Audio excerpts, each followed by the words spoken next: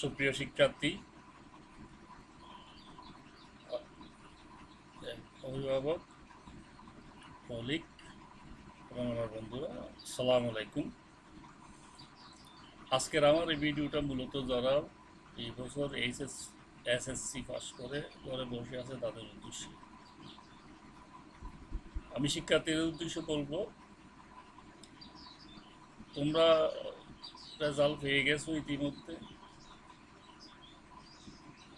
এই মুহূর্তে তোমাদের কলেজে থাকার কথা ছিল, কিন্তু আমাদের ভাগ্যের পরিহাস, সারা পৃথিবীব্যাপী করোনার করাঘাতে আমরা সবাই জর্জরিত। এটা আল্লাহর একটা ইচ্ছা আছে। আল্লাহ কোনো কিছু এমনি এমনি করে না, নিশ্চয়ই কোনো কারণ আছে। হয়তো আমাদের সামনে ভালো কিছু আছে, সেই জন্য আমাদেরকে নতুনভাবে আবার তৈরি করার সুযোগ দিচ্ছে। তারপরে যা হোক, এই অবস্থায়ও তোমাদেরকে তোমাদের পড়ালেখা চালিয়ে যেতে হবে।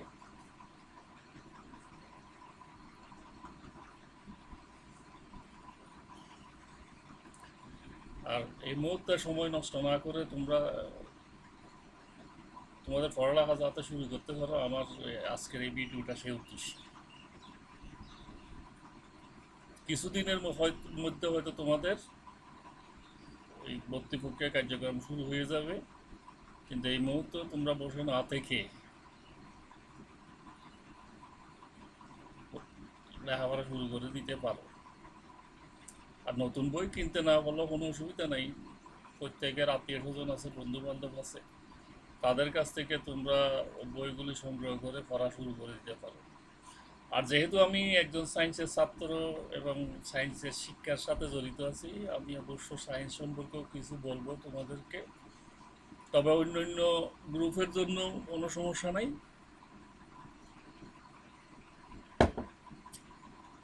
যতটুকু পারি তোমাদের উদ্দেশ্যও বলবো। তোমরা এইচএসসিতে 13টা সাবজেক্টের উপর পরীক্ষা দিয়ে আসছো এসএসসিতে। এখন এইচএসসি তো তোমাদেরকে 13শতেই পরীক্ষা দিতে হবে। এর মধ্যে বাংলা 200, ইংরেজি 200, তথ্য প্রযুক্তি 100। এগুলো এই 500 নম্বর হলো তোমার কম্পালসারি, আবশ্যকীয়। আর যারা বিজ্ঞান, তাদের মধ্যে অনেকগুলি অপশান আছে। তার মধ্যে প্রধান অপশান পদার্থবিজ্ঞান, রসায়ন বিজ্ঞান, জীববিজ্ঞান এবং অঙ্ক। এর মধ্যে 3টা আবশ্যকীয় বিষয়, অঙ্ক এবং বায়োলজি। যে কোনো একটার মধ্যে তোমরা অপশনাল হিসেবে নিতে পারো, অতিরিক্ত বিষয় হিসেবে নিতে পারো। তবে অতিরিক্ত বিষয় হলো, আমরা এগুলোকে অতিরিক্ত বিষয় করি না, কারণ এগুলো খুবই গুরুত্বপূর্ণ। যারা ডাক্তারি পড়তে চাও তাদেরকে অবশ্যই বায়োলজি পড়তে হবে, আর যারা ইঞ্জিনিয়ারিং পড়তে চাও তাদেরকে অবশ্যই গণিত পড়তে হবে। গণিত শুধু ইঞ্জিনিয়ারিংয়ের জন্য না, ভৌত বিজ্ঞান, বিশেষ করে পদার্থ, রসায়ন, গণিত, পরিসংখ্যান, অর্থনীতি, এইসব বিষয়ে যারা পড়তে চাও তাদের জন্য গণিতটা খুবই ইম্পর্টেন্ট। আর তাহলে তোমরা এখন শুরু করে দাও। প্রথমে বাংলা বোর্ড বই, তারপরে ইংরেজিও বোর্ড বই, বাকিগুলি সব বিভিন্ন রাইটারের বই। বিভিন্ন রাইটারের মধ্যে যেহেতু আমি রসায়ন পড়াই, রসায়ন সম্পর্কে বলবো। আমি এখানে 2টা বই দেখাচ্ছি।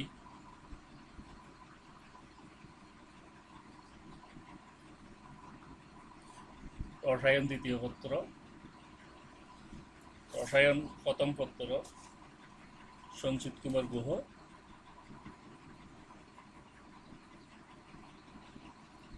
রসায়ন প্রথম পত্র আরো বই আছে, 4টা রাইটার আছে। দেখো ভালো করে চিত্রে।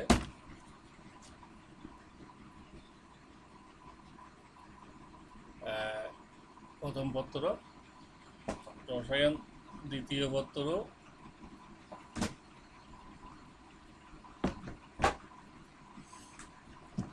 রসায়ন দ্বিতীয় পত্র। আমি প্রথম পত্র দ্বিতীয় পত্র দেখার অর্থ হলো তোমাদেরকে দুইটা পত্র একসাথে শুরু করতে হবে বর্তমানে, এটা শিক্ষা মন্ত্রণালয়ের নির্দেশ অনুসারে। যাতে, কারণ তোমরা জানো একটা সাবজেক্টের উপর সাবজেক্টটা রিলেটেড, সেই জন্য রিলেটেড সাবজেক্টগুলি আমরা যাতে সহজে তোমাদেরকে পড়াইতে পারি বা তোমরা পড়তে পারো, সেই জন্য এই ব্যবস্থা করে নেওয়া হয়ে গেছে। যে যা হোক, তো তোমরা পদার্থবিজ্ঞানও ঠিক অনুরূপ শিক্ষকের পরামর্শ পাবা, অঙ্কর পরামর্শ পাবা, বায়োলজিও সেভাবে কিনে নিবা। আর অন্য গ্রুপে যারা, সেটাও তোমাদের যখন একটা বই কিনলে হয় অবশ্য, তারপরেও তোমরা তোমাদের বন্ধু বান্ধব বা বড় ভাই অথবা শিক্ষক যাদের সাথে পরিচিত আছো তাদের পরামর্শ নিয়ে বাকি বইগুলি কিনবে। তাহলে তো অবশ্যই সব বিষয়ে সব গ্রুপের জন্য বাংলা, ইংরেজি, উচ্চ তথ্য প্রযুক্তিটা আবশ্যকীয়, এটা নিয়ে পড়া শুরু করে দাও। আর আমি মূলত রাজানগর আনিহাট ডিগ্রি কলেজে পড়াই। আমার ঠিকানা তোমাদেরকে বলে দিচ্ছি, তো দেখো। হ্যাঁ,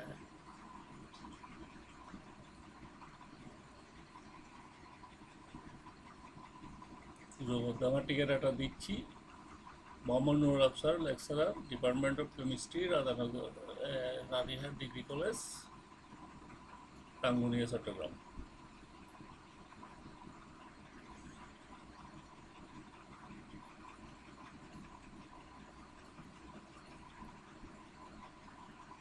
আমার অন্য ঠিকানা, এখানে আমার ইমেইলের ঠিকানা আছে, তোমরা একটু ভালো করে দেখে নাও।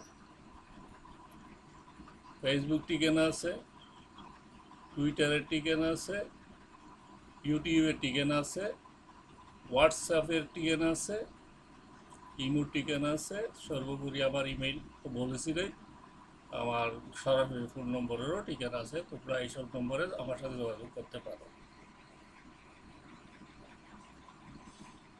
হ্যাঁ, আমি তোমাদের সাথে মাপ চেয়ে নিচ্ছি। আমরা আসলে আগেই বলছি, আমরা একটা কঠোর সময়ের মধ্যে দিয়ে যাচ্ছি। কোভিড-19 আমাদের সবাইকে গ্রাস করে আছে। আমরা আমাদের নিকট আত্মীয় স্বজন অনেককে হারিয়েছি। বিশেষ করে আমি আমার এক ভাই ফুদকে হারিয়েছি, আমার বন্ধুকে হারিয়েছি। আর আমাদের রাঙ্গুনিয়ারও একজন টিচার, আনোয়ার হোসেন, সেলিম আকাদের কলেজের বাংলা টিচার, সম্ভবত তাওজানের মানুষ, উনি কোভিড আক্রান্ত হয়ে মারা গেছে। আমরা তাদের সবার প্রতি সুখ প্রকাশ করছি। আল্লাহ যাতে তাদের বেহেশত নসিব করে। আচ্ছা, যা হোক, আমি শুরু করি, যে রসায়ন নিয়েই শুরু করি। আগে রসায়নে তোমাদের কি কি থাকছে সে ব্যাপারে একটু আলোচনা করি। রসায়নের দুই পেপারের মধ্যে পাঁচ পাঁচ করে 10টা চ্যাপ্টার থাকবে। চ্যাপ্টারগুলো একটু বলে দিই। প্রথম চ্যাপ্টার হলো ল্যাবরেটরি নিরাপদ ব্যবহার। অর্থাৎ এটা আগে শুধু ব্যবহারিক ক্লাসের জন্য প্রয়োজন ছিল, কিন্তু এটার গুরুত্ব এত বেশি, সেজন্য এটাকে তোমার তত্ত্বীয় সাবজেক্ট হিসেবে তুলে ধরা হয়েছে। এটা যদিও আমরা নিজে নিজে পড়ে বুঝতে পারি, কিন্তু এটা গুরুত্ব অত্যাধিক। দ্বিতীয় চ্যাপ্টার হলো গুণগত রসায়ন। গুণগত রসায়নের মধ্যে অনেকগুলি বিষয় নিয়ে আলোচনা করা হয়েছে। এখানে প্রথমে পরমাণুর গঠন, পরমাণুর গঠনের মধ্যে বিভিন্ন তত্ত্ব আলোচনা করা হয়েছে। কোয়ান্টাম সংখ্যা নিয়ে আলোচনা করা হয়েছে। তারই চৌম্বক তরঙ্গর ব্যবহার নিয়ে আলোচনা করা হয়েছে। তারপরে তোমার মৌলের শনাক্তকরণ, এগুলোও আছে। দ্রাব্যতা নিয়ে আলোচনা করা হয়েছে। তারপরে তোমার পাতন, ঊর্ধ্বপাতন, আংশিক পাতন, ক্রোমাটোগ্রাফি ইত্যাদি নিয়েও এখানে আলোচনা করা হয়েছে। আমরা ধারাবাহিকভাবে এইসব ব্যাপারে নিয়ে ভিডিও করতে চেষ্টা করব। তৃতীয় অধ্যায়, যেটাকে আমরা কেমিস্ট্রির গ্রামার বলে থাকি, মৌলের পর্যায়ভিত্তিক ধর্ম, সেখানে মৌলের শ্রেণীবিভাগ, আয়নীকরণ বিভব, তড়িৎ ঋণাত্মকতা, ইলেকট্রন আসক্তি, জারণ অবস্থা, বিপ্লব মৌল, অবস্থান্তর মৌল। যেই অবস্থান্তর মৌল বলতে আমরা যে সকল ধাতু বিভিন্ন কাজে ব্যবহার করি, এগুলো মূলত অবস্থান্তর মৌল সম্পর্কে আলোচনা করা হয়েছে।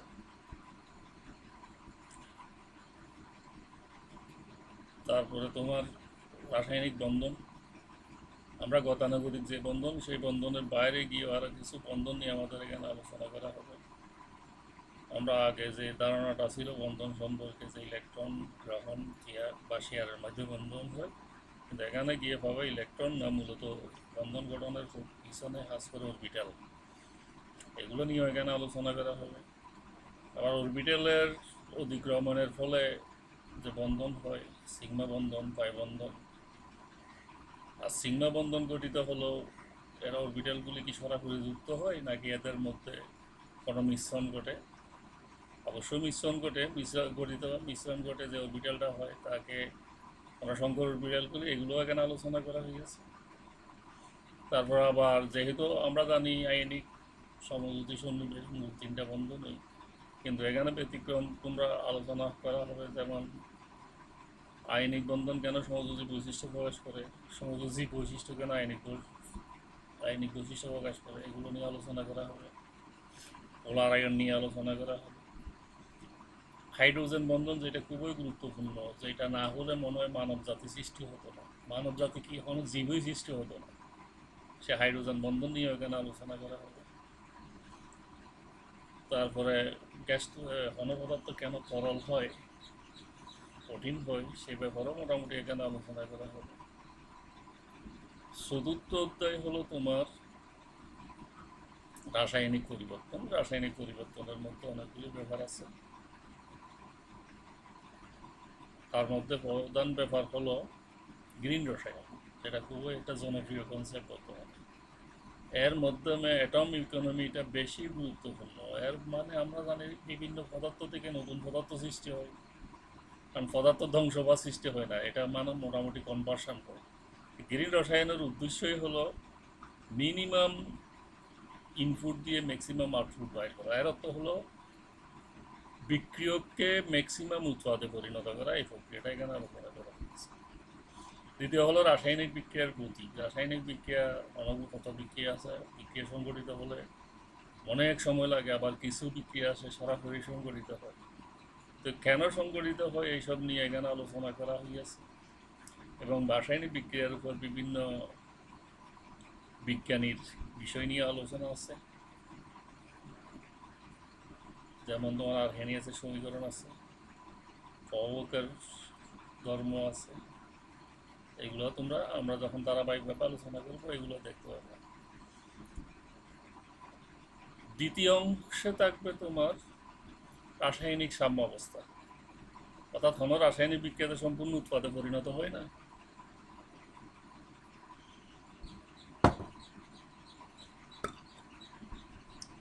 এখানে মোটামুটি একটা পার্টিকুলার পর্যায়ে গিয়ে রাসায়নিক বিক্রিয়া চলতে থাকবে, সম্মুখী পশ্চাৎমুখী বিক্রিয়া চলতে থাকবে। বিক্রিয়া চলবে কিন্তু বিক্রিয়ক উৎপাদের পরিমাণ হ্রাস বৃদ্ধি করবে না। এটাই হলো রাসায়নিক সাম্য অবস্থা, এটাও এখানে আলোচনা করা হবে।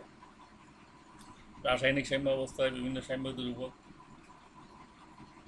বর্গীয় সূত্রের মাধ্যমে সাম্য দুর্ভোগ নির্ণয়ের পদ্ধতিও আমরা আলোচনা করব। রাসায়নিক সাম্য অবস্থার উপর বিভিন্ন বিভিন্ন নিয়ামকের প্রভাব এখানে আলোচনা করা হবে। নিয়ামক বলতে মূলত তিনটা জিনিসই, তাপমাত্রা, চাপ, ঘনমাত্রা, এগুলো আলোচনা করা হবে।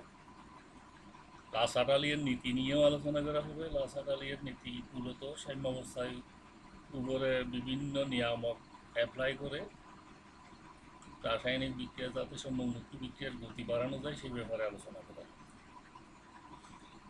3 নম্বর তৃতীয় অংশ হলো তোমার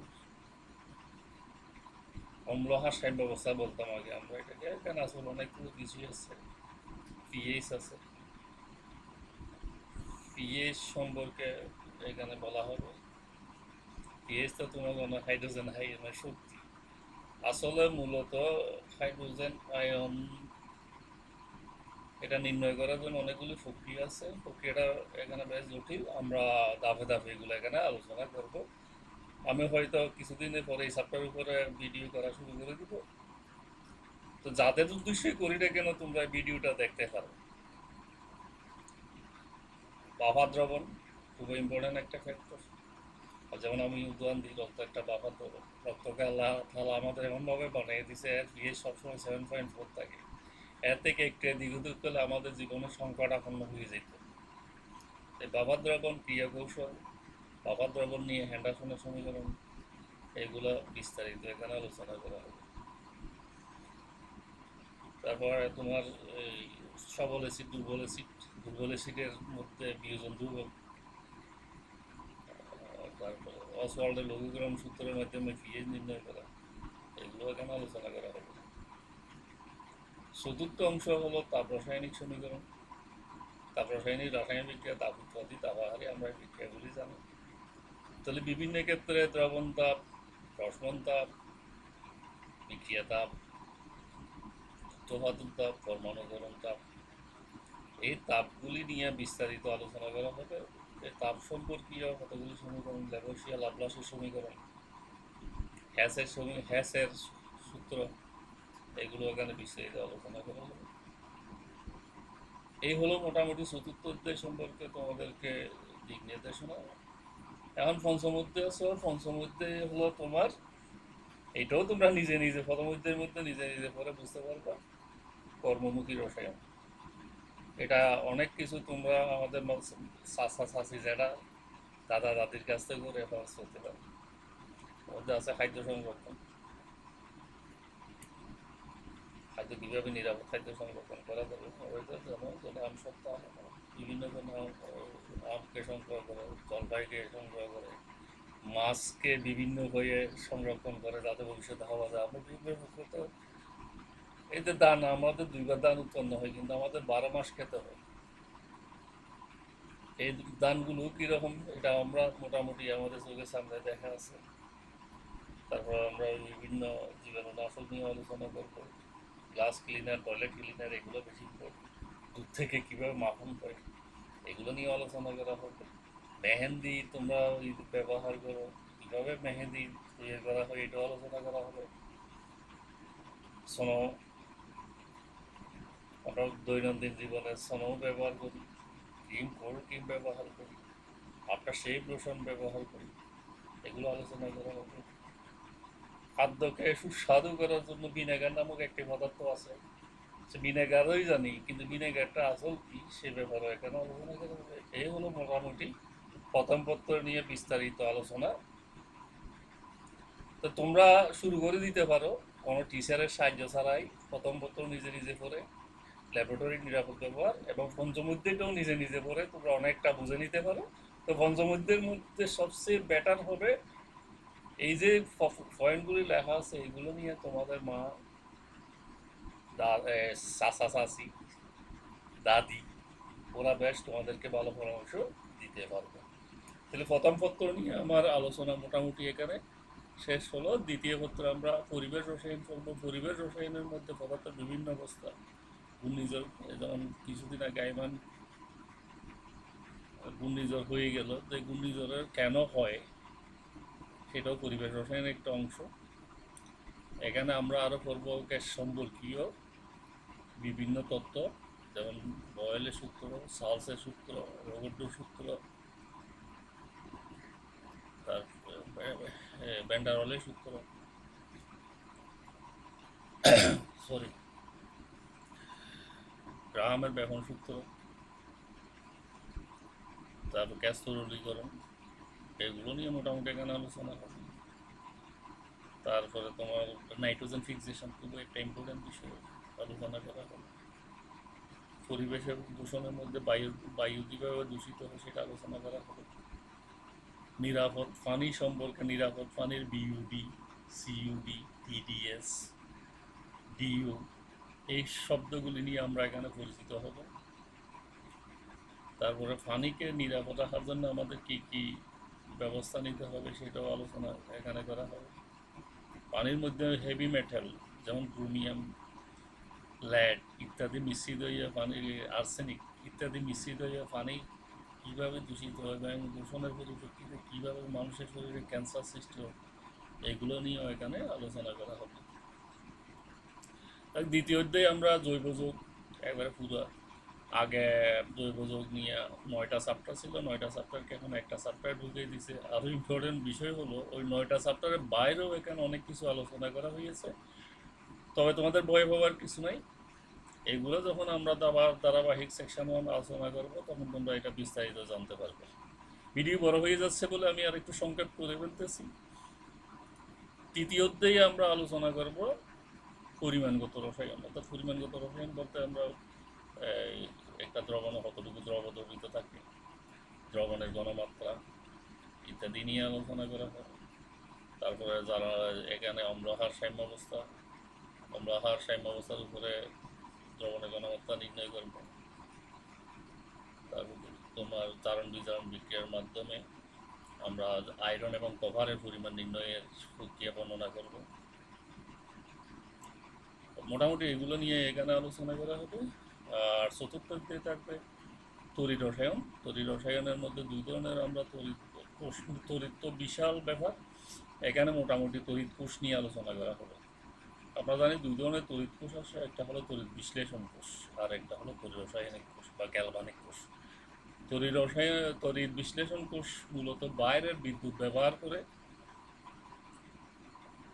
কোনো পদার্থকে বিশ্লেষণ করা হয় বা বিশুদ্ধ করা হয় বা তড়িৎ ফলাফল দেওয়া হয়, এগুলো নিয়ে এখানে বিস্তারিত আলোচনা হবে। আর তড়িৎ রসায়নিক কোষ হলো রাসায়নিক বিক্রিয়ার মাধ্যমে তড়িৎ উৎপন্ন হয়। যেমন তুমি যে মোবাইলটা এখন ব্যবহার করতেছো তার ভিতরে একটা ব্যাটারি আছে, লিথিয়াম ব্যাটারি। এই লিথিয়াম ব্যাটারি তোমার শক্তি যোগান দেয়। শক্তিটা কোত্থেকে আসে? তাহলে নিশ্চয়ই এখানে ভিতরে কিছু ঘটছে। এই কিছু ঘটাটাই হলো তড়িৎ রাসায়নিক বিক্রিয়া। এই বিক্রিয়ার মাধ্যমে তোমাকে এই ব্যাটারিটা শক্তি প্রয়োগ করতেছে, এগুলো এখানে আলোচনা করা হবে। তুমি যে মাইকটা বাজাচ্ছে তোমার ক্লাসরুমে, সেখানে একটা ল্যাড স্টোরেজ সেল আছে, ওটাও একটা তড়িৎ রাসায়নিক কোষ। আবার এগুলো হলো রিচার্জেবল কোষ। আবার কিছু কিছু আছে ওয়ান টাইম ব্যবহার করা হয়, যেমন টর্চের, মোবাইল, তোমার রিমোটের যে ব্যাটারিগুলো আমরা ইউজ করি, এইগুলোও হলো একটা তড়িৎ রাসায়নিক কোষ বা ড্রাই সেল। এগুলো নিয়ে বিস্তারিত আলোচনা এখানে করা হবে। পঞ্চম অধ্যায় হলো তোমার অর্থনৈতিক রসায়ন। অর্থাৎ রসায়ন আমাদের এখন পড়লে হবে না, রসায়ন নিয়ে আমরা কিভাবে কাজে লাগাবো এগুলো নিয়েও আমাদেরকে বিস্তারিত ব্যাখ্যা করতে হবে, এটা বুঝতে হবে। আমাদের প্রাথমিক ধারণাটা এখন থেকেই নিয়ে নিতে হবে। সেই জন্য অর্থনীতি রসায়নটা তোমাদের এখানে দেওয়া হয়েছে। এখানে তোমাদের বাংলাদেশের বিভিন্ন গ্যাস ক্ষেত্র নিয়ে আলোচনা করা হয়েছে, কয়লা ক্ষেত্র নিয়ে আলোচনা করা হয়েছে, বাংলাদেশের ইন্ডাস্ট্রি, বিভিন্ন শিল্প কারখানা নিয়ে আলোচনা করা হয়েছে। শিল্প কারখানার মধ্যে প্রধানত তোমাদেরকে যেগুলো সম্পর্কে ধারণা দেওয়া হয়েছে সেটা হলো ইউরিয়া, সিমেন্ট, গ্লাস, সিরামিক।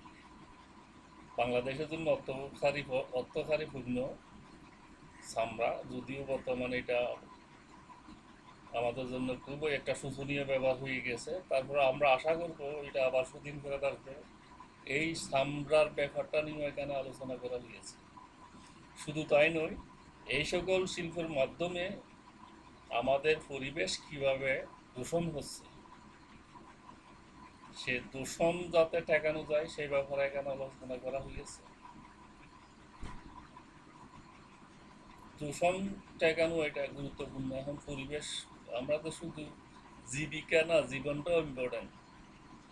জীবিকার জন্য যদি আমি জীবনটাকে রিস্ক নিতে পারি না, সেই ব্যাপারে আমরা এই চ্যাপ্টারটা আপাতত তোমরা নিজে নিজে পড়ে নিতে পারো।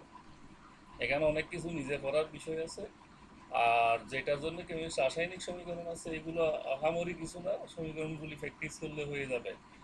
এইগুলো নিয়ে আর বিস্তারিত হয়ে গেতে হবে না। তোমরা যদি তোমাদেরকে আবার একটু রিপিট করি, তোমরা যখন নিজে নিজে লেখাপড়া শুরু করে দিবে, প্রথম চ্যাপ্টারের ফার্স্ট পেপারের প্রথম অধ্যায়, পঞ্চম অধ্যায় আর এই চ্যাপ্টারের পঞ্চম অধ্যায়গুলি নিজে নিজে পড়ে নিতে পারবে। বাকিগুলি আমরা ধারাবাহিকভাবে, যদি ক্লাস ইতিমধ্যে শুরু না হয়, কলেজের কার্যক্রম শুরু যদি করাও না যায়, আমরা ভিডিওর মাধ্যমে যাতে প্রত্যেকের ব্যাপারটা পৌঁছাইয়ে দিতে পারি সেই চেষ্টা এখান থেকে করা হবে। আমিও মোটামুটি একটু অসুস্থ থাকার কারণে আমার কথাটা সঠিকভাবে প্রজ্ঞাপন করা হয় নাই, সেজন্য তোমরা ব্যাপারটাকে ক্ষমা সুন্দর করে নিবা। আশা করি প্রত্যেকে ভালো থাকবা, বাসায় থাকবা, ধর্মীয় অনুশাসন মেনে চলবা। আমি উপলব্ধি করতে পারছি আমাদের সবচেয়ে বড় চিকিৎসা হলো ধর্মীয় অনুশাসন মেনে চলা। এটা চেয়ে বড় চিকিৎসা আর কিছু নাই, এটা আমি নিজে উপলব্ধি করেছি। তো আশা করি প্রত্যেকে আমার উপলব্ধিটা বুঝতে পারবে। প্রত্যেকে যার যার ধর্ম, ইসলামে যারা আছে তারা ইসলামের ধর্ম মেনে চলবে, যাই যার ধর্ম আছো। ধর্ম মানুষকে মহান করে, সহনশীল করে। তো আশা করি তোমরা ধর্মীয় ব্যাপারটা মেনে চলবে। আজ এই পর্যন্তই। তোমাদের সবাই সুস্থতা কামনা করে আমি আমার বক্তব্য এখানে শেষ করলাম। আমি পরবর্তী ভিডিও তোমাদের জন্য আলাদা করে শুরু করব।